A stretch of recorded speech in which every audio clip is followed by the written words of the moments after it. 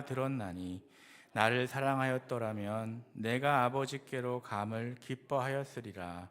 아버지는 나보다 크심이라. 아멘. 이 시간 재직회 임원 및 부서장님들 나오셔서 특송해 주시겠습니다. 320장 찬송하신다고 합니다. 모두 나와주시기 바랍니다.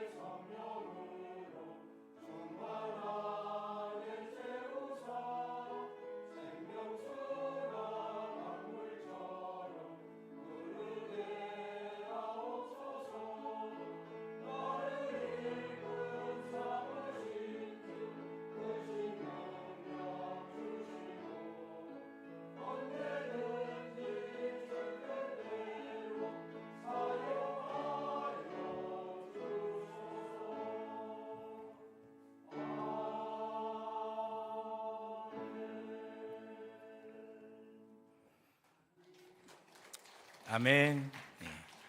귀한 찬양 감사드립니다. 귀하신 분들이 계셔서 우리 교회가 올 한 해 든든히 세워질 줄 믿습니다. 여러분들 점심은 맛있게 드셨나요? 네. 매주 맛있는 점심을 준비해 주시는 분들께 감사를 드립니다. 인간의 삶에서 먹는 것이 참 중요한 부분을 차지하는 것 같습니다. 배가 부르면 기분이 좋아지고 너그러지는 반면에 이 배가 고플 때에는 신경이 예민해지기 마련입니다. 저만 그런가요? 네. 그런데 이 먹는 것만큼 중요한 것이 또 있습니다. 바로 평안입니다. 인간의 삶에 있어서 평안은 참 중요한 부분을 차지합니다. 나라도 평안해야 국민들이 안정감을 가지게 되고 행복한 삶을 누릴 수 있습니다. 가정도 마찬가지지요. 가정이 평안해져야 가족 구성원 모두가 행복해질 수 있습니다. 일터가 평안해야 일하는 것이 즐겁고 보람이 있습니다. 아무리 재물이 많고 큰 권력을 소유하였다 하더라도 평안이 없으면 모든 것이 헛것인 것입니다. 평안이 있어야 세상에 재물도 가치가 있고 건강이 축복이 되며 평안 가운데 소망이 생겨납니다. 평안이 있을 때는 어느 곳에서든 또 무슨 일을 하든지 즐겁습니다. 그러나 평안이 없으면 잔칫집에 있어도 가시방석에 앉은 것 같습니다. 평안은 우리가 살아가는데 꼭 필요한 중요한 가치입니다. 성경에서는 평강, 평화, 평안을 샬롬이라고 합니다. 그리고 이 단어가 성경에서 구약에서만 무려 200번 이상이 나옵니다. 이 성경 말씀도 평안을 중요시하고 중요한 가치로 여기고 있습니다. 그런데 우리가 성숙하지 못해서 주님께서 주시는 이 평안을 누리지 못한 채 분열과 다툼, 시기와 분노로 무너져 갈 때가 너무도 많습니다. 오늘날 심리학자들은 인간을 파괴하는 가장 무서운 정신적 요소가 바로 이 미움과 분노라고 합니다. 누군가 그렇게 믿고 그 사람만 생각하면 화가 치밀어 오르게 되고 그러면 소화가 되지 않습니다. 저는 그렇더라고요. 혹시 여러분들은 그 사람만 생각하면 잠도 오지 않고 심장이 벌렁거리는 그런 사람이 있으십니까? 나에게 엄청난 상처를 주고도 잘못했다 한마디 하지 않는 정말로 생각하기도 싫은 사람이 있으십니까?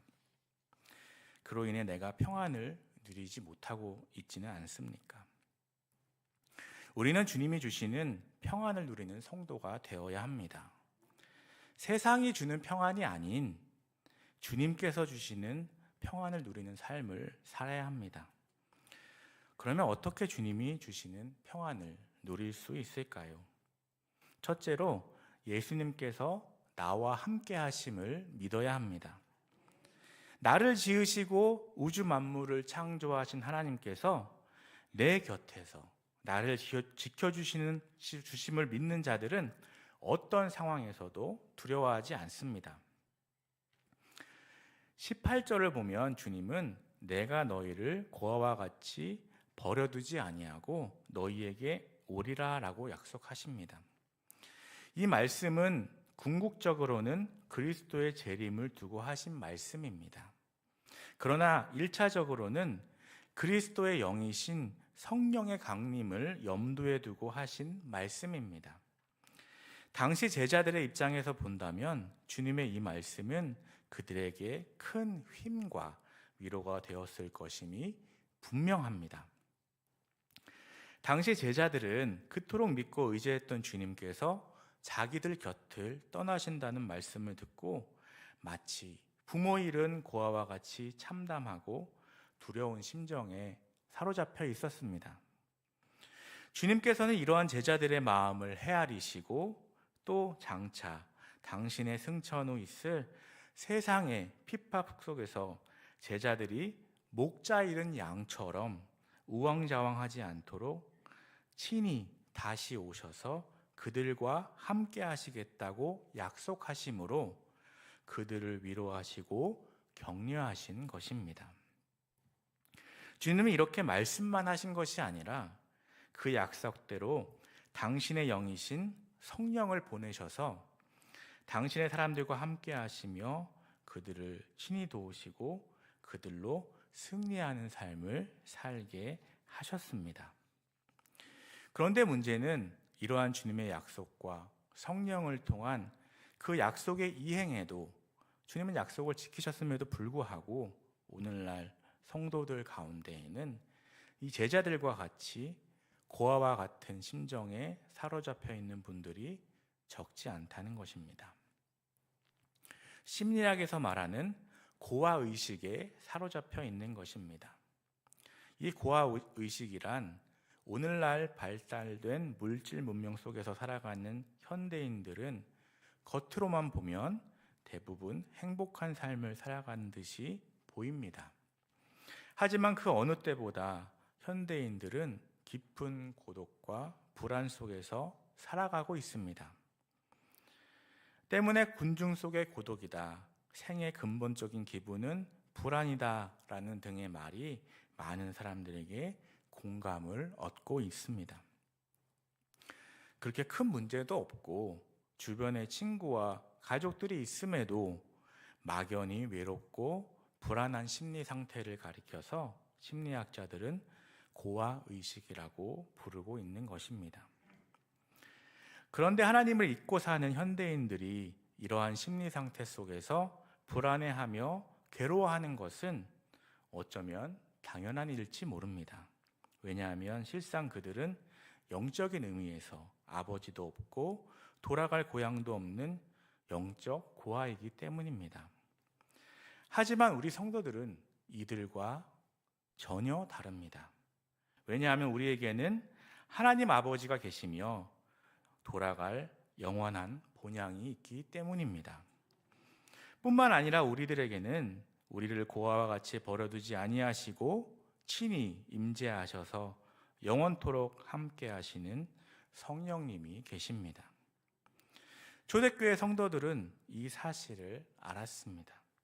초대교회 성도들은 예수님을 믿는다는 이유만으로 엄청난 고난과 핍박을 받았습니다. 그들이 받은 핍박과 그들이 당한 고난은 이루 말할 수 없습니다. 목숨이 걸린 일이었습니다. 신앙을 버릴 만도 한데 그들은 묵묵히 그 고난을 견뎌냈습니다. 그들이 그렇게 할 수 있었던 이유는 무엇이었을까요? 예수님을 알았기 때문입니다. 또 예수님을 믿었기 때문입니다. 그리고 그 예수님께서 나와 함께 하심을 믿었기 때문입니다. 이런 이야기가 있습니다. 추운 겨울밤 큰 그릇에 고슴도치떼를 담아서 밖에 내어놓았답니다. 영하 20도. 제가 온 제천은 겨울에 영하 20도입니다. 네. 영하 20도의 그 혹한 속에서 찬바람이 막 붑니다. 얼마나 춥겠습니까? 부들부들 떨던 이 고슴도치들이 한 마리, 두 마리 몰려듭니다.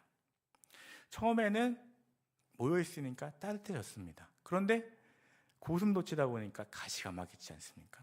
모이다 보니까 어떻게 될까요? 서로 막 찌릅니다. 너무 아픕니다. 피도 나고. 그래서 안 되겠다. 또 다시 흩어집니다. 그런데 흩어지니까 또 너무 춥습니다. 그러니까 또 다시 모여듭니다. 근데 또 모여들면 또 가시가 막 찌릅니다. 그렇게 밤새도록 모였다, 흩어졌다를 반복했습니다. 날이 밝았습니다. 고슴도치들은 어떻게 되었을까요? 모두 죽어 있었습니다. 절반은 얼어 죽었고 나머지 절반은 피를 흘리며 죽어 있었습니다. 이 이야기가 우리 시대의 교회의 모습은 아닌지요? 교회에서 믿음 생활을 시작합니다. 그러다 좀 더 깊이 들어가 보면 이것저것 문제가 보이기 시작합니다. 때로는 그것을 감싸 안으려다 오히려 상대방 가시에 찔려 고통을 당하게 되고 또 더 이상 깊이 관여하지 않으려다가 보니 서로에 대해 잘 알지 못하고 믿지 못하게 되고 주변만 맴돌게 됩니다. 초대교회 성도들은 예수님을 믿었고 신앙생활을 함께하는 성도들을 믿었습니다. 예수를 믿은 고난이 있지만 기쁨도 있었습니다. 예수님을 믿는 것이 그 어떤 것보다 귀중했습니다. 신앙생활을 하다 보면 어려운 일들이 있습니다. 또 함께 신앙생활을 하는 성도들 때문에 아파하고 힘이 들 때도 있습니다. 그러나 우리는 절망하거나 좌절하지 말고 예수님만 의지해야 합니다. 서로 믿어주어야 합니다. 초대교회 성도들은 예수님만이 우리의 구원자이심을 알았습니다. 또 나를 위해 죽으신 것을 알았습니다. 그리고 나와 함께 하심을 알았습니다. 믿었습니다. 예수님께서 나와 함께 하심을 믿는다면 내가 가지고 있는 문제들이 또 상황들이 중요하게 여겨지지 않습니다. 이것이 주님이 주시는 평안입니다. 우리 삶 속에서 주님이 주시는 평안을 누린다는 것은 예수님께서 함께 하심을 믿는 것입니다. 이 세상을 만드시고 나를 위해 죽으시고 나를 구원하신 그 주님께서 나와 함께 하심을 믿는 것입니다. 둘째로 우리가 주님이 주시는 평안을 누리기 위해서는 그 주님이 주시는 평안이 무엇인지 알아야 합니다. 요한복음 14장은 주님께서 잡히시기 전 마지막으로 제자들에게 하신 말씀입니다. 주님께서는 모든 위로와 약속의 말씀을 마치실 무렵 제자들에게 평안을 너희에게 끼치노니 나의 평안을 너희에게 주노라. 내가 너희에게 주는 것은 이 세상이 주는 것 같이 아니하리라. 너희는 마음에 근심도 말고 두려워하지도 말라 말씀하셨습니다. 아마도 제자들은 그때까지도 여전히 두려움과 불안 속에 머물러 있었던 것 같습니다. 사실 예수님께서 그들 곁을 떠나실 것이라는 말씀은 그들로 불안을 쉽게 떨쳐버리지 못하게 하였을 것입니다. 그런 그들의 마음의 형편을 모두 알고 계셨던 주님은 그들에게 평안을 주노라고 말씀하시며 동시에 당신이 주시는 평안은 세상이 주는 평안과 같지 않다고 말씀하셨던 것입니다. 이 말씀하신 때는 불과 몇 시간 후면 주님께서 십자가에 못 박혀 돌아가시는 그야말로 이 비통한 순간입니다. 그런데 어째서 주님은 이러한 상황 속에서 평안을 주신다고 말씀하셨고 또 주님께서 주시는 평안은 세상이 주는 평안과 어떻게 다를까요? 세상 사람들은 흔히 만사가 순조로울 때 평안하다라고 말합니다. 아무런 문제나 고민거리가 없고 장애가 없을 때 평안을 느끼는 것입니다. 하지만 이러한 평안은 진정한 평안이 될 수 없습니다.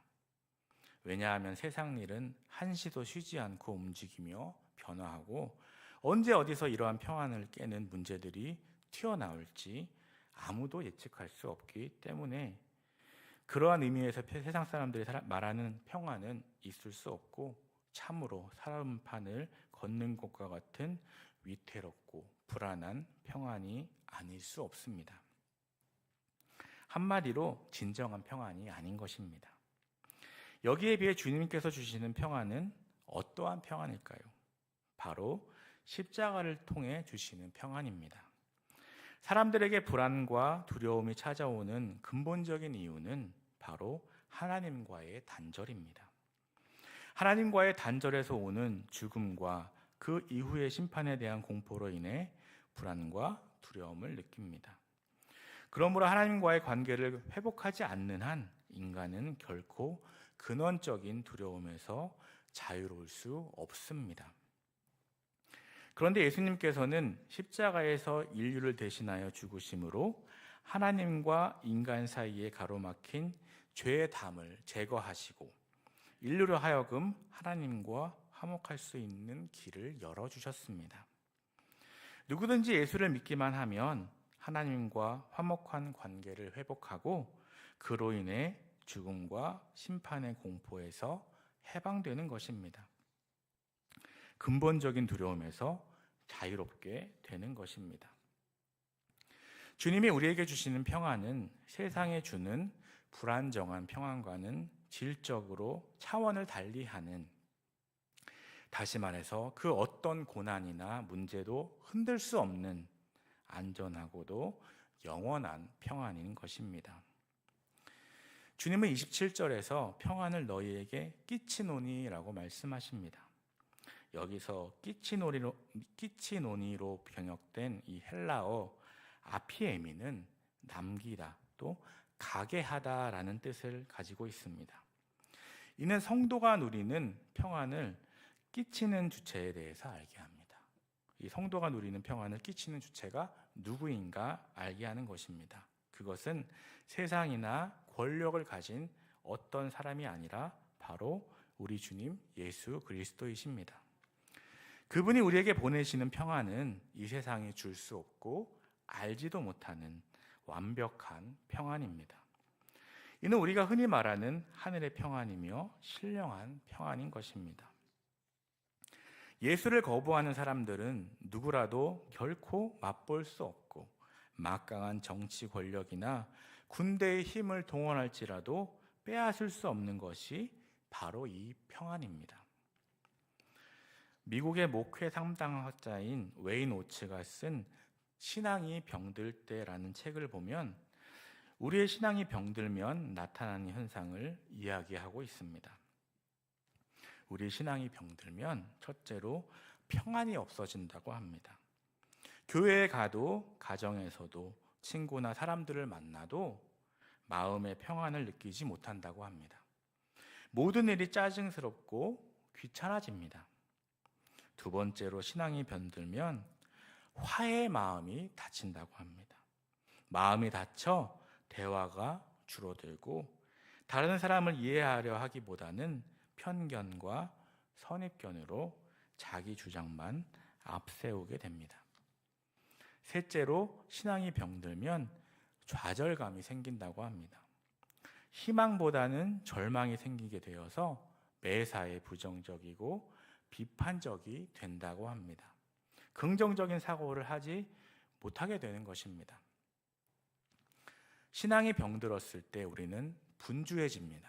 그리고 예수님을 찾지 않고 내 힘으로 그 문제를 해결하려고 합니다. 그 결과 문제는 더욱 커지고 불안함이 나의 마음을 삼키고 마는 것입니다. 세상에서 평안을 구하려고 하지 마시기 바랍니다.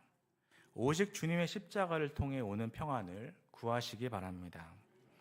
그리하여 주님이 폭풍 가운데서도 평안을 잊지 않으시고 주무셨던 것처럼 저와 여러분도 이런 세상 풍파 속에서도 흔들리지 않는 평안한 심령을 소유하시기를 소망합니다. 주님이 주시는 평안을 누릴 수 있는 세 번째 방법은 예수님께서 이미 승리하셨음을 믿는 것입니다.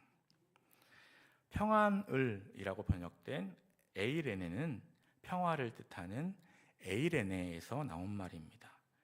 고전 헬라어 문헌들에서 이 에이레네는 전쟁과 대립적인 개념 혹은 전쟁의 위협이 없는 상황을 나타내는 의미로 쓰였습니다. 즉, 전쟁의 위험이 없어서 복된 번영을 가능하게 하는 법과 질서가 잘 유지되는 상태인 것입니다. 다른 말로 우리가 잘 아는 샬롬이 있습니다. 샬롬은 불안이나 갈등이 없는 완전한 정의가 실현된 상태를 나타냅니다.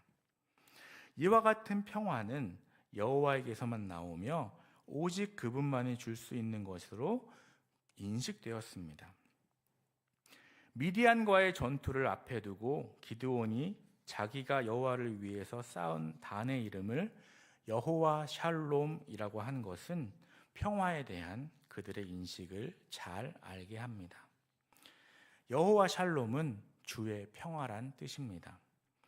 악이 득세하는 상황 가운데서 정의가 실현되기를 바라는 기원의 의미가 있으며 이 문제의 해답이 여호와께 있음을 고백한 것입니다. 예수님께서 약속하신 이 평안도 어떤 분쟁이나 문제가 전혀 없다는 의미가 아니라 하나님의 정의가 실현되는 절대 평안의 상태를 가리키는 것입니다. 성도들에게도 이 세상에서 믿음의 선한 싸움을 싸우는 동안에 분쟁과 문제가 따르는 것은 당연합니다. 이 평안의 원천이신 예수님께서도 많은 분쟁에 휩싸이셨고 심각한 문제들을 만나셨습니다. 하지만 어떤 분쟁이나 문제들도 그분의 길을 막지 못했으며 그분이 하시려는 일들을 방해할 수 없었습니다. 주님의 평안은 우리에게 닥친 문제들을 회피하는 것이 아니라 극복하는 평안이며 최악의 위기에서도 흔들리지 않고 하나님의 정의는 반드시 실현된다는 굳건한 믿음의 모습인 것입니다. 옥중에 베드로나 바울이 보여준 태도에서 이 평안의 모습이 잘 드러납니다. 그러므로 이 평안을 소유한 사람들은 세상이 감당할 수 없는 사람들이며 죽음 앞에서도 평온한 천사의 모습을 보여줄 수 있게 되는 것입니다. 그 누구도 빼앗아 가지 못하는 평안, 외적인 환경에 좌우되지 않는 평안이 바로 예수님께서 약속하신 평안입니다. 28절을 보면 주님은 제자들을 향해서 내가 갔다가 너희에게로 온다 하는 말을 너희가 들었나니 나를 사랑하였더라면 나의 아버지께로 감을 기뻐하였으리라 말씀하셨습니다. 주님께서는 지금 당신이 제자들을 떠나가시는 것을 슬퍼해야 할 일이 아니라 오히려 더욱 기뻐해야 할 일이라고 말씀하고 있는 것입니다. 그러면 주님께서는 이 마지막 고별 설교에서 왜 기뻐하라고 하시면서 아버지에 관해 강조하시고 아버지께로 간다는 말씀을 반복하시는 것일까요? 그 이유는 주님께서 아버지께로 돌아가실 때 이 땅의 제자들과 교회를 위해 더 큰 역사가 일어날 것이기 때문입니다. 예수님께서 이 땅의 사역을 마치시고 하늘 아버지 곁으로 돌아가신다는 말씀은 구원의 완성, 완전한 승리를 의미하는 것입니다. 그렇기 때문에 슬픈 일이 아니라 기뻐해야 할 일이라고 말씀하고 계신 것입니다. 우리는 영화를 볼 때 아무리 주인공이 위험에 빠진다 할지라도 그리 큰 마음의 부담이 없이 영화를 즐길 수 있습니다. 왜냐하면 영화에서 대부분의 경우 주인공이 중간에 죽는 일은 없습니다. 그리고 모든 것이 결국 해피엔딩으로 끝난 것을 알기 때문입니다. 이처럼 결과가 어떠할 것을 미리 알고 있는 사람은 설사 그 과정에서 어떤 어려움과 위기가 있다 할지라도 결코 슬퍼하거나 좌절하지 않습니다. 이러한 의미에서 지금 주님께서는 제자들에게 해피엔딩을 말씀하시는 것과 같습니다. 즉 지금은 십자가 고난이 있고 제자들에게도 고난이 있을 것이나 결국 내가 크신 아버지께로 감으로써 크신 하나님의 섭리와 능력을 통해 승리가 있을 것이라고 말씀하고 계신 것입니다. 세상을 이기신 우리 주님을 의지하고 승리하심을 믿을 때 평안을 누릴 수 있습니다. 여러분은 지금까지 가정과 직장 그리고 교회에서 평안을 주시는 사람으로 살아오셨습니까? 아니면 평안을 방해하는 사람으로 살아오셨습니까? 우리는 주님의 자녀입니다. 주님이 주시는 평안을 누리고 그 평안을 전해주는 자녀들이 되기를 소망합니다. 예수님의 사랑을 전해주고 서로 사랑하며 용서하기 원합니다. 가정에서, 직장에서, 또 교회 안에서 막힌 담을 헐어야 할 사람들이 있는지 돌아보시기 바랍니다. 그래서 이 가정에서, 직장에서, 교회에서 우리 주님이 주시는 평안을 누리고 나누는 저와 여러분 되시기를 간절히 소망합니다. 네, 기도하시겠습니다. 사랑의 하나님, 오늘 말씀을 통하여 깨달아 알게 하시고 새롭게 하시니 감사합니다. 주님, 세상에서 위로를 얻고 평안을 얻으려고 노력했음을 고백합니다. 용서하여 주시옵소서. 주님이 나와 함께 하심을 믿고 승리하셨음을 믿음으로 주님이 주시는 평안을 누릴 수 있도록 하시고 그 주님이 주시는 평안을 가정에서, 직장에서, 교회에서 나눌 수 있는 주님의 복된 자녀들 될 수 있도록 인도하여 주시옵소서. 예수님의 이름으로 기도드립니다. 아멘. 네, 교회 소식 몇 가지 알려드리겠습니다. 2024년